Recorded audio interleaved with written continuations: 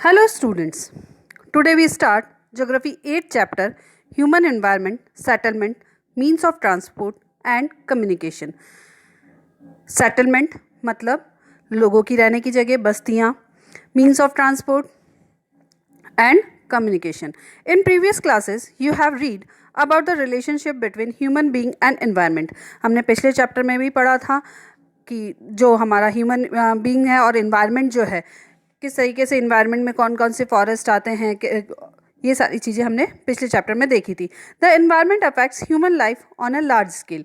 Environment human life को बहुत बड़ी मात्रा में प्रभावित करता है. हम जानते हैं कि ह्यूमन लाइफ जो है और इन्वायरमेंट जो है दोनों आपस में रिलेटेड है. The human being exploit environment to fulfil their increase needs. Human being जो है वो इन्वायरमेंट को बहुत ज़्यादा इन्वायरमेंट का बहुत ज़्यादा शोषण कर रहा है, मतलब बहुत ज़्यादा यूज़ कर रहे हैं. हम पिछले चैप्टर में जैसे हमने पढ़ा था कि अपनी ज़रूरतों के अनुसार हम पेड़ को काटते जा रहे हैं और धीरे धीरे जंगल जो है वो ख़त्म होते जा रहे हैं. Thus the both the environment and human being are inter related. They affect each other on the large scale. Human beings from a significant part of overall environment. It is believed that human life firstly appeared on the earth surface. ये माना जाता है कि human being जो है वो सबसे पहले अर्थ सरफेस पे आए थे. Significant part of the overall environment. It is believed that human life firstly appeared on the earth surface. Our ancestors perhaps evolved from another species of man which lived some million year ago during the ice age. ये माना जाता है कि हमारे जो पूर्वज थे उनकी उत्पत्ति जो है दूसरी स्पीसीज, दूसरी प्रजातियों से हुई थी, मैन की दूसरी प्रजातियों से हुई थी. These different human races adapted to different environment condition. और इन ह्यूमन्स की जो रेसेस थी या प्रजातियां थी उन्होंने डिफरेंट इन्वायरमेंट कंडीशन को अडप्ट कर लिया, अपने आप को उन इन्वायरमेंट कंडीशन के अकॉर्डिंग डाल लिया था. The extraordinary adaptability of humans to live and survive in different environment is the more remarkable aspect of human life. Humans की जो ये adaptability है, मतलब ग्रहण करने की, अपने आप को एडजस्ट करने की जो extraordinary ability है, उसकी वजह से वो डिफ़िकल्ट इन्वायरमेंट में भी सर्वाइव कर पाता है. No other species of animal has grown so rapidly. और कोई भी एनिमल की स्पीसीज इस तरीके से ग्रो नहीं की गई एज द ह्यूमन बींग्स, जैसा कि ह्यूमन बींग्स हम देखते हैं, हम जानते हैं, हमने कई बार पढ़ा भी है कि कई प्रजातियां विलुप्त होती जा रही हैं, कई प्रजातियां ऐसी हैं जो ख़त्म होती जा रही हैं. उसके बाद लेकिन ह्यूमन बीइंग ऐसा है जो हर एनवायरनमेंट में अपने आप को ढाल लेता है और उसके अकॉर्डिंग अपनी बॉडी से को वर्क करने के लिए अपनी बॉडी से वर्क कर पाता है. हम देखते हैं कितनी हार्श कंडीशन होती है आइस एरियाज़ पे, वहाँ पर भी वो रहते हैं. इसके अलावा डेजर्ट एरियाज़ में वहाँ पर भी वो रहते हैं. तो ह्यूमंस जो हैं अपने आप को उनके इन्वायरमेंट के अकॉर्डिंग ढाल लेते हैं. In the early period human being lived in by hunting and food gathering. They went out in search of animals for hunting and fruit gathering. This wandering style of early people is often called the nomadic life. जो पहले के लोग थे वो hunting करते थे, शिकार करते थे, फूड को कलेक्ट करते थे, इकट्ठा करते थे और इसके थ्रू ही अपनी लाइफ को जीते थे. और ये जो उनकी स्टाइल है वो नोमैडिक लाइफ कहलाती है, आदिवासी जीवन कहलाता है. They move from place to place and from dawn to dusk. Dawn to dusk का मतलब मॉर्निंग टू इवनिंग, सूर्य उदय के साथ साथ सूर्य अस्त तक वो एक जगह से दूसरी जगह तक घूमते रहते हैं. The people practising nomadic life are called the nomads. और जो नोमैडिक लाइफ जीते हैं वो नोमाड्स कहलाते हैं, आदिवासी कहलाते हैं. तो आदिवासियों की जैसी ज़िंदगी जो जीते हैं, आदिवासी ज़िंदगी जो जीते हैं या इधर उधर विचरण करने वाली जो ज़िंदगी जीते हैं उनको नोमाड्स कहा जाता है. With the passes of the time man started to grow crops. और धीरे धीरे समय बदलता गया, लोग सेटल होने लगे, क्रॉप्स को उगाने लगे. The beginning of farming bought some kind of stability in the life style of early people.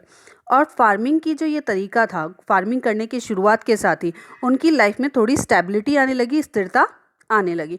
Gradually they started to live in the cluster of habitation, और धीरे धीरे वो समूह में निवास करने लगे। क्लस्टर मतलब समूह और हैबिटेशन मतलब निवास करना।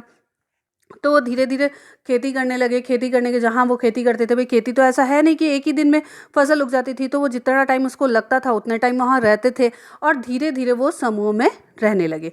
सेटलमेंट्स, बस्तियाँ। Human settlements refer to the location where people build their homes. Human settlements उस जगह को, उस लोकेशन को कहा जाता है, उस एरिया को कहा जाता है जहाँ पीपल बिल्ड देयर होम, जहाँ पर वो अपने घर बनाते हैं। Around these settlement human communities develop, और इस सेटलमेंट, इन बस्तियों के आसपास जो है ह्यूमन कम्युनिटीज, समुदाय डेवलप हो जाते हैं। A community is a group of people living in a particular area and bounded by a common culture और रिलीजन। कम्युनिटी क्या चीज़ है, समुदाय की क्या चीज़ है? तो कम्युनिटी लोगों का ग्रुप है जो living in a particular area, जो एक पर्टिकुलर एरिया में रहते हैं, and bounded by a common culture and religion, जिनका कल्चर, संस्कृति और धर्म लगभग एक जैसा होता है। एक जैसे धर्मों के लोग या एक जैसी संस्कृति के लोग जब एक जगह रहने लगते हैं पर्टिकुलर एरिया में, तो उनके ग्रुप को जो है वो कम्युनिटी कहते हैं। Depending on the nature of the environment and the needs of people, settlement of different type are evolve. Nature और एनवायरनमेंट के अकॉर्डिंग और पीपल्स की ज़रूरत के अकॉर्डिंग सेटलमेंट के भी डिफरेंट टाइप होते हैं। जैसे permanent settlement, temporary settlement. Permanent settlement, here people build house to live in. यहाँ पर लोग घर बनाकर रहना शुरू कर देते हैं। जैसे हम लोग रहते हैं, हमारा सेटलमेंट क्या है? परमानेंट सेटलमेंट है। टेम्पररी सेटलमेंट, अब टेम्पररी सेटलमेंट में क्या होता है कि लोग कुछ समय के लिए जाते हैं, वहाँ रहते हैं और फिर वहाँ से चले जाते हैं। जैसे कि हम डेजर्ट एरिया में देखते हैं, कच्छ के रण में देखते हैं, वहाँ पर टेंट बना के रहा जाता है कि हम लोग कुछ दिन गए, घूम के आए, वहाँ पर टेंट में रहे। या फिर जो पहाड़ी क्षेत्र है जहाँ पर बहुत ज़्यादा बर्फबारी होती है, तो वहाँ के जो लोग बहुत ज़्यादा बर्फबारी होती है तो मैदानी क्षेत्र की तरफ आते हैं। कुछ समय वो मैदानी क्षेत्र में रहते हैं, फिर जब बर्फबारी ख़त्म हो जाती है, सर्दियों का मौसम ख़त्म हो जाता है, तो वो फिर से पहाड़ी क्षेत्र पे चले जाते हैं। तो ये जो सेटलमेंट है वो टेम्पररी सेटलमेंट कहलाता है। These are settlement made for short time. People live at various places such as the forest, hot and cold desert, mountain, etc. They practice hunting, gathering, shifting, cultivation and ट्रांसुमेंस का मतलब है मौसमी प्रवास, मतलब मौसम के अकॉर्डिंग। जैसा कि मैंने बताया ना अभी कि सर्दियों में लोग मैदानी क्षेत्र में आ जाते हैं, फिर सर्दियां खत्म होती है तो फिर से वो अपनी पहाड़ी क्षेत्र पर चले जाते हैं। तो ये जो है वो मौसमी प्रवास कहलाता है, मौसम के अकॉर्डिंग अपने सेटलमेंट को चेंज करना कहलाता है। They build temporary houses for themselves, और वो अपने लिए टेम्पररी हाउसेज बनाते हैं। इसके अलावा भी दो टाइप और है हमारे पास, वो है रूरल सेटलमेंट और urban settlement. Type of settlements. Settlement can be classified as rural and urban. Rural settlement are found in villages where people are indulged, मतलब कि लिप्त होना या बिजी होना in a primary activity. Primary activity मतलब basic activity, agriculture करना, hunting करना, poultry farming करना, एनिमल रेयरिंग करना, ये सारी चीज़ें प्राइमरी एक्टिविटीज़ में आती हैं। Such as agriculture, fishing, mining और dairy farming. Urban settlements on the other hand are found in towns and cities where people are involved in secondary and tertiary activity. Second और third activity, tertiary activity मतलब तृतीयक activity, जिसमें कि जो first primary activity से जो product मिलते हैं उनको प्रोड्यूस किया जाता है और उनकी उन प्रोडक्ट्स की सर्विस प्रोवाइड कराई जाती है, वो है टर्जरी एक्टिविटी। मतलब एग्रीकल्चर से जो प्रोडक्ट हमें मिल रहा है, अब जैसे हमने एग्रीकल्चर की बात करें तो गेहूँ उगाया, अब गेहूँ जो उगाया तो वो क्या है? Primary activity. अब उससे क्या बनाया? आटा बनाया, ब्रेड बनाई या व्हाटएवर, कुछ भी चीज़ बनाई। अब वो जो बनाई वो सेकेंडरी एक्टिविटी हो गई। इंडस्ट्रीज जो हमारी वो सेकेंड एक्टिविटी में आ गई। और टर्जरी एक्टिविटी जिसमें कि इन चीज़ों को लोगों तक पहुंचाया जाता है, सर्विस प्रोवाइड कराई जाती है, और other banking service, insurance service, ये सारी चीज़ें भी टर्जरी एक्टिविटी में आती है। तो अर्बन सेटलमेंट में पीपल किस में इन्वॉल्व होते हैं? सेकेंडरी और टर्जरी एक्टिविटी में। Rural settlement. Rural settlements differ in size. Rural settlement may be dwelling for the village around agriculture and pasture or mining region. Rural settlement जो है उनका निवास जो होता है ज़्यादातर विलेजेस में होता है, और विलेजेस एग्रीकल्चर और पास्चर मतलब चराई क्षेत्र जो है या माइनिंग क्षेत्र जो है उसके पास बसे हुए होते हैं. The need to form a village settlement arise from occupational needs. Village के सेटलमेंट जो है उनकी ऑक्यूपेशनल नीड्स के अकॉर्डिंग बसता है. जैसे शुरुआत में जो हमारे पूर्वज थे उनको कोई खेती की ज़मीन अच्छी से दिख गई, वहाँ पर उन्होंने बसना शुरू कर दिया. धीरे धीरे और भी लोग वहाँ आसपास आके रहने लगे, तो ऑक्यूपेशनल नीड्स के अकॉर्डिंग वो सेटलमेंट होते हैं. Rural settlement patterns. There are four main types of rural settlements: isolated, dispersed, linear and nucleated. Isolated आजकल हम काफ़ी कॉमन वर्ड सुन रहे हैं कि आइसोलेट होना है कोविड-19 के इससे. तो आइसोलेटेड मतलब पृथक, अलग होना. तो isolated settlements they are mostly made of individual houses and farm houses, जो कि सबसे अलग होते हैं. एक सिंगल हाउस होता है, बहुत बड़े एरिया में फार्म हाउस होता है. The pattern is more visible in harsh climates और where the soil is uncultivated, cultivable, for example in desert. और इस टाइप के जो पैटर्न के हाउसेज हैं वो ज़्यादातर हमें डेजर्ट एरिया में मिलते हैं.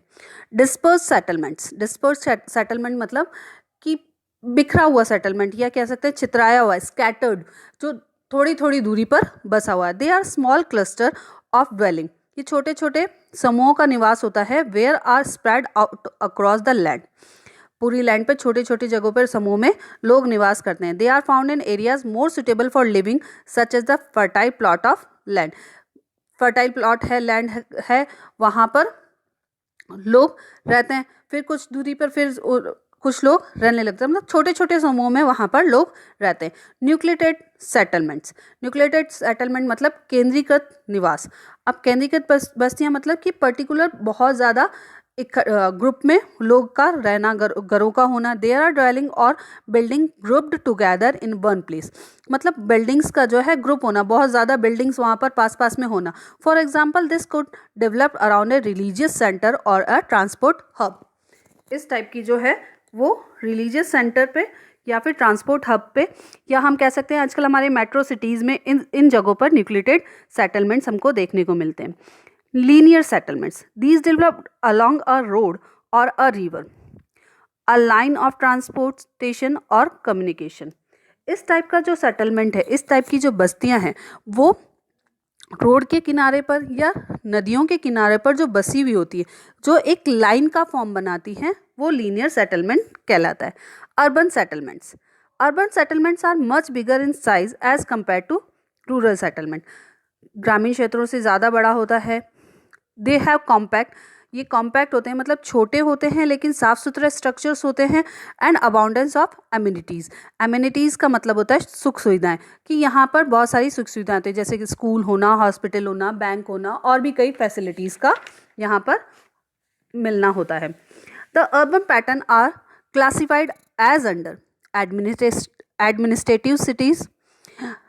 एडमिनिस्ट्रेटिव सिटीज़ का मतलब हुआ जहाँ पर प्रशासनिक कार्य ज़्यादा होते हैं, मतलब जहाँ पर गवर्नमेंट जो है वो लोगों के लिए ज़्यादा, कह सकते हैं कि जहाँ से लोगों के लिए काम करने के लिए सरकार काम करती है. जैसे हम राजस्थान की बात करें तो यहाँ की प्रशासनिक स्थिति के रूप में हम जयपुर को देख सकते हैं, या फिर हम एजुकेशन के हिसाब से प्रशासनिक दृष्टि से हम बीकानेर को देख सकते हैं, कि जहाँ पर ज़्यादातर प्रशासनिक काम होते हैं. प्रशासनिक, जैसे हम जयपुर की बात करें तो यहाँ पर हमारा है जो प्रशासनिक काम है, सारे मंत्री जो हैं वहाँ पर है, विधानसभा जो है वहाँ पर है.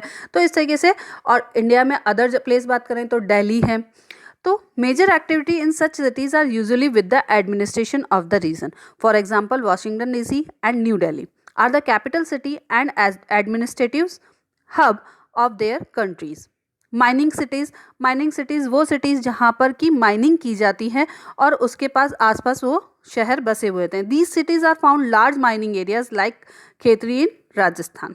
मार्केट सिटीज़ जहाँ पर बहुत ज़्यादा चीज़ों का लेन देन होता है, जैसे इंडिया में अगर हम बात करें तो मुंबई, अहमदाबाद, ये कुछ ऐसी सिटीज़ हैं जहाँ पर बहुत बड़े मार्केट्स हैं जहाँ पर चीज़ों का लेन देन होता है. These cities are meeting point of exchange of goods and service. For example Chicago in USA. Defense city. These cities are center of military activities and often used as a house of army establishment. Jalandhar is a famous defense city of India. Culture cities. These cities known for art, culture and education are culture towns like Shanti Niketan in West Bengal. Culture cities, सांस्कृतिक cities, शहर जो अपने art या culture के लिए famous होता है. Ritual cities. These cities are epicentre of religious activity like Haridwar in India, Mecca in Saudi Arabia. मतलब ये केंद्र होते हैं रिलीजियस एक्टिविटी के, धार्मिक एक्टिविटीज़ के, वो रिचुअल सिटीज़ कहलाती हैं. Urban rural independence. हमने अभी शुरुआत में ही बात की थी कि रूरल एरियाज़ में क्या होती है, प्राइमरी एक्टिविटीज़ का काम होता है, वहीं पर अर्बन एरियाज़ जो है वो सेकेंडरी और टर्जरी एक्टिविटी में बिजी होते हैं. तो इन दोनों ये दोनों ही आपस में इंटरडिपेंडेंट है. Urban rural interdependence is very high. एक दूसरे पर निर्भरता बहुत ज़्यादा है. Rural area supply raw materials for industries and main power.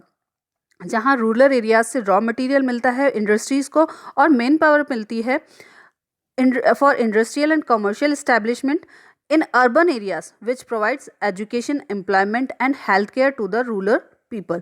और वहीं अर्बन एरियाज रॉ मटेरियल को यूज़ करके, मेन पावर को यूज़ करके रूरल पीपल्स को ही, या यूँ कहें अर्बन पीपल को भी प्रोवाइड कराती है education, employment and health care. तो ये एक दूसरे से जुड़े हुए हैं.